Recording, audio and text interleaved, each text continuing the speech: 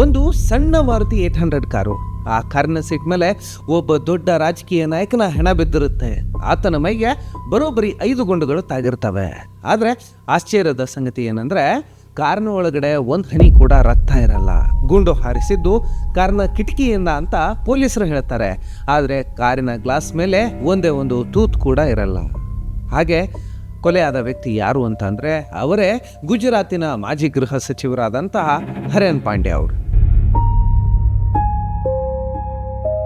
May 26 March 2003 ಗುಜರಾತ್ನ ಅಹಮದಾಬಾದ್ನಲ್ಲಿ ನಡೆದ ಈ ಘಟನೆ ಇಡೀ ದೇಶವನ್ನ ಬೆಚ್ಚಿಬೀಳಿಸುತ್ತೆ. ಈ ಸಾವನ್ನ ಅವರ ಕುಟುಂಬದವರೇ ಅಂದರೆ ಸ್ವತಃ ಅವರ ತಂದೆಯೇ ಇದೊಂದು ರಾಜಕೀಯ ಕೊಲೆ ಅಂತ ಆರೋಪ ಮಾಡಿಬಿಡ್ತಾರೆ. ಹಾಗಿದ್ರೆ ಹರೇನ್ ಪಾಂಡ್ಯ ಅವರನ್ನ ಕೊಂದವರು ಯಾರು? ಈ ಕೊಲೆಯ ಹಿಂದೆ ಇದ್ದ ಆ ಶಕ್ತಿಶಾಲಿ ಕೈಗಳು ಯಾರದ್ದು? ಬನ್ನಿ ಇವತ್ತಿನ ಈ ವಿಡಿಯೋದಲ್ಲಿ ಹರೇನ್ ಪಾಂಡ್ಯ ಅವರ ಕೊಲೆಯ ರಹಸ್ಯ ಏನಿದೆ ಅದನ್ನು ನೋಡೋಣ. ಹರೇನ್ ಪಾಂಡ್ಯ ಮತ್ತು ನರೇಂದ್ರ ಮೋದಿ ಇಬ್ಬರು ಕೂಡ RSSನ ಹಿನ್ನೆಲೆಯಿಂದ ಬಂದವರು. ಪಾಂಡ್ಯ ಅವರು ಈಗಾಗಲೇ ಗುಜರಾತ್ನಲ್ಲಿ ಗೃಹ ಸಚಿವರಾಗಿ ಕೆಲಸ ಮಾಡಿದ್ರು. ಹೀಗಾಗಿ ಭವಿಷ್ಯದಲ್ಲಿ ಅವರು ಮುಖ್ಯಮಂತ್ರಿ ಹುದ್ದೆಗೆ ದೊಡ್ಡ ಪ್ರತಿಸ್ಪರ್ಧಿ ಆಗ್ಬಹುದು ಅಂತ ನರೇಂದ್ರ ಮೋದಿ ಅವರು ಭಾವಿಸಿರ್ತಾರೆ. ಮೋದಿ ಅವರು ಮೊದಲ ಬಾರಿಗೆ ಗುಜರಾತ್ನ ಮುಖ್ಯಮಂತ್ರಿ ಆದಾಗ ಅವರು ಮೊದಲು ಮಾಡಿದ ಕೆಲಸವೇ ಹರೇನ್ ಪಾಂಡ್ಯ ಅವರಿಂದ ಗೃಹ ಸಚಿವ ಸ್ಥಾನವನ್ನ ಕಿತ್ಕೊಂಡಿದ್ದು. ಅವರನ್ನು ಕೇವಲ ಕಂದಾಯ ಸಚಿವರನ್ನಾಗಿ ಮಾಡ್ತಾರೆ. ಅಷ್ಟೇ ಅಲ್ಲ, ಮೋದಿ ಅವರಿಗೆ ಶಾಸಕರಾಗಲು ಒಂದು ವಿಧಾನಸಭಾ ಕ್ಷೇತ್ರ ಬೇಕಿತ್ತು. ಅದಕ್ಕಾಗಿ ಅವರು ಅಹಮದಾಬಾದ್ನ ಎಲಿಸ್ ಬ್ರಿಡ್ಜ್ ವಿಧಾನಸಭಾ ಮತಕ್ಷೇತ್ರವನ್ನ ಕೇಳ್ತಾರೆ. ಆದರೆ ಹರೇನ್ ಪಾಂಡ್ಯ ಅವರು ಅಲ್ಲಿ 3 ಬಾರಿ ಸತತವಾಗಿ ಗೆದ್ದಿರ್ತಾರೆ. ತಮ್ಮ ಕ್ಷೇತ್ರವನ್ನ ಬಿಟ್ಕೊಡೋಕೆ ಸ್ಪಷ್ಟವಾಗಿ ನಿರಾಕರಿಸ್ತಾರೆ. ಇಲ್ಲಿಂದಾನೇ ಇವರಿಬ್ಬರ ಮಧ್ಯ ಒಂದು ವೈಮನಸ್ಸು ಶುರುವಾಗುತ್ತೆ. 2002 ಗುಜರಾತ್ನಲ್ಲಿ ಗಲಭೆಗಳು ಶುರುವಾಗ್ತವೆ. ಸರಿಸುಮಾರು 3,000ಕ್ಕೂ ಹೆಚ್ಚು ಜನ ಅವರ ಪ್ರಾಣವನ್ನು ಕಳೆದುಕೊಳ್ತಾರೆ. ಈ ಗಲಭೆಗಳ ಬಗ್ಗೆ ತನಿಖೆ ಮಾಡಲು ಒಂದು ಆಯೋಗ ಕೂಡ ರಚನೆ ಆಗುತ್ತೆ. ಹರೇನ್ ಪಾಂಡ್ಯ ಅವರು ಆಯೋಗದ ಮುಂದೆ ಅವರು ಗಲಭೆಗಳ ಬಗ್ಗೆ ಮೋದಿ ಅವರು ನಡೆಸಿದ ಒಂದು ರಹಸ್ಯ ಸಭೆಯ ಗುಟ್ಟನ್ನ ರಟ್ಟು ಮಾಡಿಬಿಡ್ತಾರೆ ಅಂತ ಸುದ್ದಿ ಹರಿದಾಡುತ್ತೆ. ಇದಾದ ಮೇಲೆ ಮೋದಿ ಅವರು ಒಬ್ಬ IPS ಅಧಿಕಾರಿಯ ಮೂಲಕ ಪಾಂಡ್ಯ ಅವರ ಮೇಲೆ ಗೂಢಾಚಾರ್ಯವನ್ನ ಮಾಡಿಸ್ತಾರೆ. ಪಾಂಡ್ಯ ಅವರನ್ನ ಸಂಪುಟದಿಂದ ತೆಗೆದುಹಾಕ್ತಾರೆ. ಅಷ್ಟೇ ಅಲ್ಲ, ಮುಂದಿನ ಚುನಾವಣೆಯಲ್ಲಿ ಅವರಿಗೆ ಟಿಕೆಟ್ ಕೂಡ ಕೊಡಲಿಲ್ಲ. ಹೀಗೆ ಇದಾದ ಕೆಲವೇ ತಿಂಗಳುಗಳಲ್ಲಿ ಹರೇನ್ ಪಾಂಡ್ಯ ಅವರು ಭೀಕರವಾಗಿ ಕೊಲೆಯಾಗಿ ಹೋಗ್ತಾರೆ. ಪಾಂಡ್ಯ ಅವರ ಶವ ಆಸ್ಪತ್ರೆಯಲ್ಲಿದ್ದಾಗ ಸಾಂತ್ವನ ಹೇಳಲು ಬಂದ ನರೇಂದ್ರ ಮೋದಿ ಅವರಿಗೆ ಪಾಂಡ್ಯ ಅವರ ತಂದೆ ವಿಠಲ್ ಭಾಯ್, ನೀವು ಇಲ್ಲಿಂದ ಹೊರಡಿ, ನಮಗೆ ನಿಮ್ಮ ಯಾವುದೇ ರೀತಿಯಾದಂತಹ ಸಹಾನುಭೂತಿಯ ಅವಶ್ಯಕತೆ ಇಲ್ಲ, ಅಗತ್ಯವಿಲ್ಲ ಅಂತ ಹೇಳ್ತಾರೆ. ಕೋಪಗೊಂಡು ಅಲ್ಲಿಂದ ನರೇಂದ್ರ ಮೋದಿ ಅವರನ್ನ ಕಳಿಸ್ತಾರೆ. 26 ಮಾರ್ಚ್ 2003 ಆ ದಿನ ಏನು ನಡೀತು ಅಂತ ನೋಡೋದಾದ್ರೆ ಬೆಳಿಗ್ಗೆ ಸರಿಸುಮಾರು 7 ಗಂಟೆ ಆಗಿರುತ್ತೆ. ಹರೇನ್ ಪಾಂಡ್ಯ ಅವರು ತಮ್ಮ ಮಾರುತಿ 800 ಕಾರಿನಲ್ಲಿ ಅಹಮದಾಬಾದ್ನ ಲಾ ಗಾರ್ಡನ್ಗೆ ವಾಕಿಂಗ್ಗೆ ಅಂತ ಹೋಗಿರ್ತಾರೆ. ಆದರೆ ತುಂಬ ಹೊತ್ತಾದರೂ ಅವರು ಮನೆಗೆ ವಾಪಸ್ ಬರಲ್ಲ. ಬೆಳಿಗ್ಗೆ 10 ಗಂಟೆ ಸುಮಾರಿಗೆ ಹರೇನ್ ಪಾಂಡ್ಯ ಅವರ ಕಾರ್ಯದರ್ಶಿಯಾದಂತಹ ನೀಲೇಶ್ ಭಟ್ ಅವರಿಗೆ ಒಂದು ಫೋನ್ ಕಾಲ್ ಬರುತ್ತೆ. ಅವರು ಲಾ ಗಾರ್ಡನ್ ಹತ್ರ ಓಡಿ ಹೋದಾಗ ಅಲ್ಲಿ ಪಾರ್ಕಿಂಗ್ನಲ್ಲಿ ಹರೇನ್ ಪಾಂಡ್ಯ ಅವರ ಶವ ಗುಂಡೇಟು ತಿಂದ ಸ್ಥಿತಿಯಲ್ಲಿ ಪತ್ತೆ ಆಗ್ತದೆ. ಇಲ್ಲಿ ಒಂದು ದೊಡ್ಡ ಪ್ರಶ್ನೆ ಎದುರಾಗುತ್ತೆ. ಘಟನೆ ನಡೆದ ಲಾ ಗಾರ್ಡನ್ ಮತ್ತು ಎಲಿಸ್ ಬ್ರಿಡ್ಜ್ ಪೊಲೀಸ್ ಠಾಣೆಯ ನಡುವೆ ಇರೋದು ಕೇವಲ 2.2 ಕಿಲೋಮೀಟರ್ ದೂರ ಅಷ್ಟೇ. ಅಲ್ಲಿಗೆ ಹೋಗಲು ಪೊಲೀಸರು ಬರೋಬ್ಬರಿ 2 ರಿಂದ 3 ಗಂಟೆ ಸಮಯವನ್ನ ತೆಗೆದುಕೊಳ್ಳುತ್ತಾರೆ. ಆ 3 ಗಂಟೆ ಕಾಲ ಯಾಕೆ ಬೇಕಾಯ್ತು? ಇದರ ಹಿಂದಿನ ಸತ್ಯವನ್ನ ಕೇಳಿದ್ರೆ ನಿಮ್ಗೆ ಶಾಕ್ ಆಗುತ್ತೆ. ಪೊಲೀಸ್ ಕಂಟ್ರೋಲ್ ರೂಮ್ ನಿಂದ ಸಬ್ ಇನ್ಸ್ಪೆಕ್ಟರ್ YA ಶೇಖ್ ಅವರಿಗೆ ಲಾ ಗಾರ್ಡನ್ ಹೋಗಲು ಸೂಚನೆ ಸಿಗ್ತದೆ. ನಂತರ ಅವರು ಅರ್ಧ ದಾರಿಯಲ್ಲಿದ್ದಾಗ ಲಾ ಗಾರ್ಡನ್ಗೆ ಹೋಗ್ಬೇಡಿ, ಪರಿಮಳ ಗಾರ್ಡನ್ಗೆ ಹೋಗಿ ಅಂತ ಮತ್ತೊಮ್ಮೆ ಕಂಟ್ರೋಲ್ ರೂಮ್ ನಿಂದ ಅವರಿಗೆ ಕರೆ ಬರುತ್ತೆ. ಅವರು ದಾರಿ ಬದಲಾಯಿಸ್ತಾರೆ. ಕೊನೆಗೆ 10:50ಕ್ಕೆ ಅವರಿಗೆ ಕಂಟ್ರೋಲ್ ರೂಮಿನಿಂದ ಮತ್ತೊಮ್ಮೆ ಕರೆ ಬರುತ್ತೆ. ನೀವು ಈಗ ಲಾ ಗಾರ್ಡನ್ಗೆ ಹೋಗಿ ಅಂತ ಹೇಳ್ತಾರೆ. ಪೊಲೀಸರು ಬರೋದನ್ನ ಉದ್ದೇಶಪೂರ್ವಕವಾಗಿ ತಡ ಮಾಡಲಾಯ್ತಾ? ಹಾಗೆ ತಡ ಮಾಡಿದ್ರೆ ಆ ಆದೇಶವನ್ನ ಕೊಟ್ಟವರು ಯಾರು? ಹೀಗೆ ತಡ ಮಾಡಲು ಮುಖ್ಯವಾದ ಉದ್ದೇಶ ಏನಾಗಿತ್ತು ಅನ್ನುವಂಥದ್ದನ್ನ ಈಗ ನಿಮ್ಮ ನಿಲುವಿಗೆ ಬಿಟ್ಟಿರ್ತಾನೆ. ಗುಜರಾತ್ ಪೊಲೀಸರು ಯಾದ್ರಾಮಿ ಎಂಬ ಒಬ್ಬ ತಳ್ಳುವ ಗಾಡಿ ವ್ಯಾಪಾರಸ್ಥನನ್ನ ಸಾಕ್ಷಿಯನ್ನಾಗಿ ತಂದು ನಿಲ್ಲಿಸ್ತಾರೆ.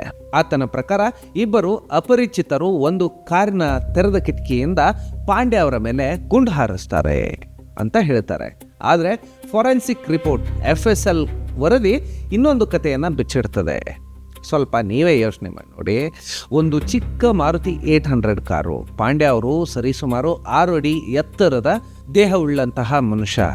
ಪೋಸ್ಟ್ ಮಾರ್ಟಮ್ ರಿಪೋರ್ಟ್ ಪ್ರಕಾರ ಪಾಂಡ್ಯ ಅವರಿಗೆ ಒಂದು ಗುಂಡು ಅವರ ಗುಪ್ತಾಂಗದ ಕಡೆಯಿಂದ ಅಂದರೆ ಕೆಳಗಿನಿಂದ ಹೊಕ್ಕು ಹೊಟ್ಟೆಯನ್ನ ಸೀಳಿ ಎದೆಯ ಮೂಲಕ ಹೊರಬಂದಿತ್ತು. ಕಾರಿನ ಸೀಟಿನಲ್ಲಿ ಕುಳಿತಿದ್ದ ಮನುಷ್ಯನಿಗೆ ಪಕ್ಕದ ಕಿಟಕಿಯಿಂದ ಶೂಟ್ ಮಾಡಿದ್ರೆ ಗುಂಡು ಹೇಗೆ ತಾನೇ ಎದುರುಗಡೆಯಿಂದ ಬರಕ್ ಸಾಧ್ಯ? ಇದು ವಿಜ್ಞಾನದ ನಿಯಮಾವಳಿಗೆ ವಿರುದ್ಧವಾಗಿಲ್ವೇ?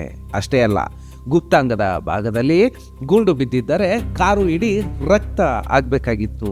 ಕನಿಷ್ಠ ಸೀಟ್ಗಳಾದರೂ ರಕ್ತದಿಂದ ನೆನಿಬೇಕಾಗಿತ್ತು. ಆದರೆ ಫೋರೆನ್ಸಿಕ್ ರಿಪೋರ್ಟ್ ಪ್ರಕಾರ ಕಾರಿನ ಕೀರಿಂಗ್ ಹತ್ರ ಮತ್ತು ಮುಂದಿನ ಸೀಟ್ನಲ್ಲಿ ತಲಾ ಒಂದು ರಕ್ತದ ಕಲೆ ಬಿಟ್ಟರೆ ಇಡೀ ಕಾರಿನಲ್ಲಿ ಎಲ್ಲೂ ರಕ್ತದ ಕಲೆ ಇರಲಿಲ್ಲ.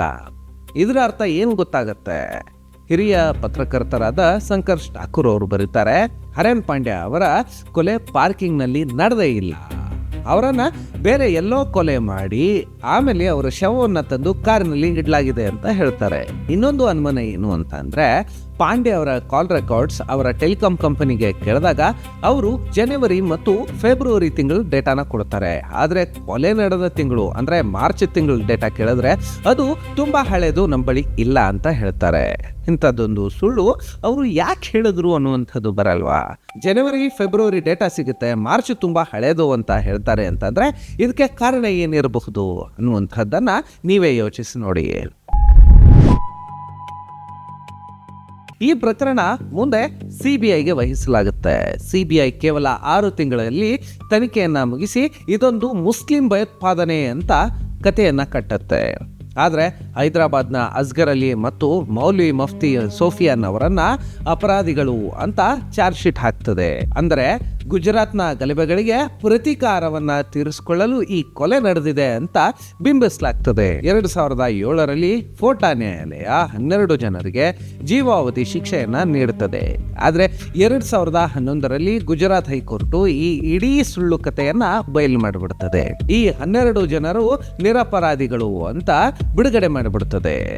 CBI ತನಿಖಾಧಿಕಾರಿಗಳನ್ನ ಹಿಗ್ಗಾಮುಗ್ಗವಾಗಿ ತರಾಟೆಗೆ ತೆಗೆದುಕೊಂಡು ಬಿಡುತ್ತೆ ಹೈಕೋರ್ಟು. ಈ ತನಿಖೆ ಸಂಪೂರ್ಣ ದೋಷಗಳಿಂದ ಕೂಡಿದೆ, ತನಿಖಾಧಿಕಾರಿಗಳು ಅಸಮರ್ಥರು ಅಂತ ಜಡ್ಜ್ಗಳು ಹೇಳಿಬಿಡ್ತಾರೆ.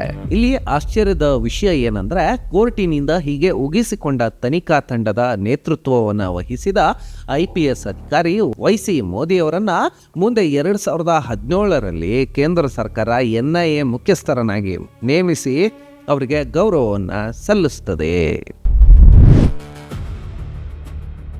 ಹಾಗಿದ್ರೆ ನಿಜವಾಗಿಯೂ ಕೊಲೆ ಮಾಡಿದ್ದು ಯಾರು? 2018ರಲ್ಲಿ ಸೊಹ್ರಾಬುದ್ದೀನ್ ಗ್ಯಾಂಗ್ನ ಒಬ್ಬ ಸದಸ್ಯ ಆದಂತಹ ಮೊಹಮ್ಮದ್ ಆಜಮ್ ಖಾನ್ ಕೋರ್ಟ್ನಲ್ಲಿ ಒಂದು ಆಘಾತಕಾರಿಯಾದಂತಹ ಸತ್ಯವನ್ನ ಬಿಚ್ಚಿಡ್ತಾನೆ. ಹರೇನ್ ಪಾಂಡ್ಯರ ಕೊಲೆ ಮಾಡಲು DG ವಂಜಾರ ಅವರು ಸೊಹ್ರಾಬುದ್ದೀನ್ಗೆ ಸುಪಾರಿ ಕೊಟ್ಟಿದ್ರು ಅಂತ ಹೇಳ್ತಾನೆ.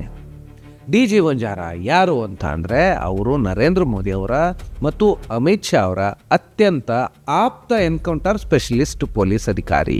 ಆದರೆ ಸೊಹ್ರಾಬುದ್ದೀನ್ ತಾನು ಶೂಟ್ ಮಾಡದೆ ತನ್ನ ಸಹಚರನಾದ ತುಳಸಿರಾಮ್ ಪ್ರಜಾಪತಿ ಮೂಲಕ ಪಾಂಡ್ಯ ಅವರನ್ನ ಕೊಲ್ಲಿಸಿದ. ಈ ಸತ್ಯ ಎಲ್ಲಿ ಹೊರಬರುತ್ತೋ ಅನ್ನೋ ಭಯದಿಂದ ರಾಜಕೀಯ ನಾಯಕರು ಒಂದು ದೊಡ್ಡ ಪ್ಲಾನ್ ಅನ್ನ ಮಾಡ್ತಾರೆ. 2005ರ ನವೆಂಬರ್ನಲ್ಲಿ ಗುಜರಾತ್ ಪೊಲೀಸರು ಸೊಹ್ರಾಬುದ್ದೀನ್ ಮತ್ತು ಆತನ ಹೆಂಡತಿ ಕೌಸರ್ಬಿಯನ್ನ ಬಸ್ನಿಂದ ಕಿಡ್ನಾಪ್ ಮಾಡ್ತಾರೆ. ಸೊಹ್ರಾಬುದ್ದೀನನ್ನ ನಕಲಿ ಎನ್ಕೌಂಟರ್ನಲ್ಲಿ ಕೊಂದು ಹಾಕ್ತಾರೆ. ಆತನ ಹೆಂಡತಿ ಕೌಸರ್ಬಿಯನ್ನ ಅತ್ಯಾಚಾರ ಮಾಡಿ ಅವಳನ್ನ ಕೊಲೆ ಮಾಡಿ DG ವಂಜಾರ ಅವರ ಸ್ವಂತ ಗ್ರಾಮವಾದ ಇಲ್ಲೋಲಾದಲ್ಲಿ ಸುಟ್ಟು ಬೂದಿಯನ್ನ ನದಿಗೆ ಎಸೆದುಬಿಡ್ತಾರೆ. ಈ ಘಟನೆಗಳ ಬಗ್ಗೆ ಸುಪ್ರೀಂ ಕೋರ್ಟ್ ಮುಂದೆ ಗುಜರಾತ್ ಸರ್ಕಾರ ಸ್ವತಃ ಒಪ್ಕೊಂಡಿದೆ. ಇನ್ನು ಹರೇನ್ ಪಾಂಡ್ಯ ಅವರ ಹತ್ಯೆ ಮಾಡಿದ ನಿಜವಾದ ವ್ಯಕ್ತಿ ತುಳಸಿರಾಮ್ ಪ್ರಜಾಪತಿಯನ್ನ 2002ರಲ್ಲಿ ಎನ್ಕೌಂಟರ್ ಮಾಡಿ ಮುಗಿಸ್ಬಿಡ್ತಾರೆ. CBIನ ರಿಪೋರ್ಟ್ ಪ್ರಕಾರ ಈ ಎಲ್ಲ ಕೊಲೆಗಳು ನಡೆಯುವಾಗ ಆಗಿನ ಗುಜರಾತಿನ ಗೃಹ ಸಚಿವರಾಗಿದ್ದಂತಹ ಅಮಿತ್ ಶಾ ಅವರು ಪೊಲೀಸ್ ಅಧಿಕಾರಿಗಳ ಜೊತೆಗೆ ನಿರಂತರವಾಗಿ ಫೋನಿನ ಸಂಪರ್ಕದಲ್ಲಿ ಇರ್ತಾರೆ. ಈ ಪ್ರಕರಣಗಳು ವಿಚಾರಣೆ ನಡೆಸುತ್ತಿದ್ದ ಜಸ್ಟಿಸ್ ಲೋಯಾ ಅವರು ಕೂಡ ನಿಗೂಢವಾಗಿ ತಮ್ಮ ಪ್ರಾಣವನ್ನು ಕಳೆದುಕೊಳ್ತಾರೆ. ಆ ಕುರಿತಾದಂತಹ ವಿಡಿಯೋಗಳು ನಿಮಗೆ ಇಲ್ಲಿ ಕಾಣ್ತಾ ಇದೆ, ನೀವು ನೋಡ್ಬೋದು. ಜಸ್ಟಿಸ್ ಲೋಯಾ ಅವರು ಹೇಗೆ ಸಾವನ್ನಪ್ಪಿದ್ರು, ಸೊಹರಾಬುದ್ದೀನ್ ಹೇಗೆ ಸಾವನ್ನಪ್ಪಿದ್ರು, ಈ ವಿಡಿಯೋ ಕೊನೆಯಲ್ಲಿ ನಿಮಗೆ ಎರಡೂ ಸಿಗುತ್ತೆ, ನೀವು ಅದನ್ನು ನೋಡಬಹುದು. ಸ್ನೇಹಿತರೆ, ಈಗ ನಾವು ಇಡೀ ಘಟನೆಯನ್ನು 2 ಭಾಗಗಳಲ್ಲಿ ನೋಡೋಣ. ಒಂದು ಕಡೆ CBI ಮತ್ತು ಅದರ ಅಧಿಕೃತ ವರದಿಗಳು ಹೇಳ್ತವೆ ಹರೇನ್ ಪಾಂಡ್ಯ ಅವರನ್ನ ಮುಸ್ಲಿಂ ಭಯೋತ್ಪಾದಕರು ಅಂತ ಕೊಂದ್ರು ಅಂತ. ಸೊಹರಾಬುದ್ದೀನ್ ಒಬ್ಬ ಲಷ್ಕರ್ ತೈಬಾದ ಉಗ್ರ, ಆತ ಮೋದಿಯವರನ್ನ ಕೊಲ್ಲಲು ಬಂದಿದ್ದ, ಹಾಗಾಗಿ ಅವನ್ನ ಎನ್ಕೌಂಟರ್ ಮಾಡಿದ್ವಿ ಅಂತ ಅವ್ರು ಹೇಳ್ತಾರೆ. ಆದರೆ ಇನ್ನೊಂದು ಕಡೆ ಹೈಕೋರ್ಟ್ ತೀರ್ಪು, ಫಾರೆನ್ಸಿಕ್ ರಿಪೋರ್ಟ್ನ ತಪ್ಪುಗಳು, ನಾಪತ್ತೆಯಾದ ಕಾಲ್ ರೆಕಾರ್ಡ್ಸ್ಗಳು ಮತ್ತು ಸಾಲು ಸಾಲು ಎನ್ಕೌಂಟರ್ಗಳು ಬೇರೆಯದ್ದೇ ಕಥೆ ಹೇಳ್ತವೆ. 2002ರ ನಂತರ ಗುಜರಾತ್ನಲ್ಲಿ ನರೇಂದ್ರ ಮೋದಿ ಅವರಿಗೆ ಜೀವ ಬೆದರಿಕೆ ಇದೆ ಅಂತ ಹೇಳಿ ಸುಮಾರು 22 ಜನರನ್ನ ನಕಲಿ ಎನ್ಕೌಂಟರ್ನಲ್ಲಿ ಕೊಂದು ಹಾಕ್ತಾರೆ ಅಂತ ನಿವೃತ್ತ IAS ಅಧಿಕಾರಿ ಹರ್ಷ್ ಮಂದಾರೆ ಅವರು ತಮ್ಮ ಪುಸ್ತಕದಲ್ಲಿ ಬರೆದಿದ್ದಾರೆ. ಇದೆಲ್ಲ ಹಿಂದೂ ವೋಟ್ ಬ್ಯಾಂಕ್ ಅನ್ನ ಒಗ್ಗೂಡಿಸಲು ಮತ್ತು ತಮ್ಮ ವಿರೋಧಿಗಳನ್ನ ಮುಗಿಸಲು ಮಾಡಿದ ಒಂದು ಬೃಹತ್ತಾದಂತಹ ಷಡ್ಯಂತ್ರ ಅಂತ ಅನೇಕ ಪತ್ರಕರ್ತರು ಇಂದಿಗೂ ವಾದಿಸುತ್ತಾರೆ. ಇದೇ ನ್ಯಾಯ, ಶಾಂತಿ ಮತ್ತು ಪ್ರಜಾಪ್ರಭುತ್ವದ ಅಸಲಿ ಮುಖವಾ ಅನ್ನುವಂತಹ ಪ್ರಶ್ನೆ ಕಾಡುತ್ತದೆ. ಅಧಿಕಾರದ ಆಸೆಗೆ ಎಷ್ಟರ ಮಟ್ಟಿಗೆ ಹೋಗ್ಬೋದು ಅನ್ನೋದಕ್ಕೆ ಈ ಕೇಸು ಒಂದು ಉದಾಹರಣೆಯಾಗಿದೆ. ನಿಮಗೇನನ್ಸುತ್ತೆ? ಹರೇನ್ ಪಾಂಡ್ಯ ಅವರನ್ನ ನಿಜವಾಗಿ ಕೊಂದವರು ಯಾರು? CBIನ ಕತೆ ನಿಜಾನ? ಇದ್ರ ಹಿಂದೆ ದೊಡ್ಡ ರಾಜಕೀಯ ಪಿತೂರಿ ಇದೆಯಾ? ಅಥವಾ ಈ ವಿಷಯದ ಬಗ್ಗೆ ಲಾಜಿಕಲ್ ಆಗಿ ನೀವು ಯೋಚನೆ ಮಾಡಿ ನಿಮ್ಮ ಅನಿಸಿಕೆ ಮತ್ತು ಅಭಿಪ್ರಾಯಗಳನ್ನು ಕಮೆಂಟ್ ಬಾಕ್ಸಲ್ಲಿ ಹಾಕೋದು ಮರಿಬೇಡಿ. ಈ ವಿಡಿಯೋ ಇಷ್ಟ ಆದರೆ ಮಾತ್ರ ಲೈಕ್ ಮಾಡಿ, ಸಬ್ಸ್ಕ್ರೈಬ್ ಮಾಡಿ. ಮುಂದಿನ ಎಪಿಸೋಡ್ನಲ್ಲಿ ಮತ್ತೆ ಸಿಗೋಣ. ಧನ್ಯವಾದಗಳು.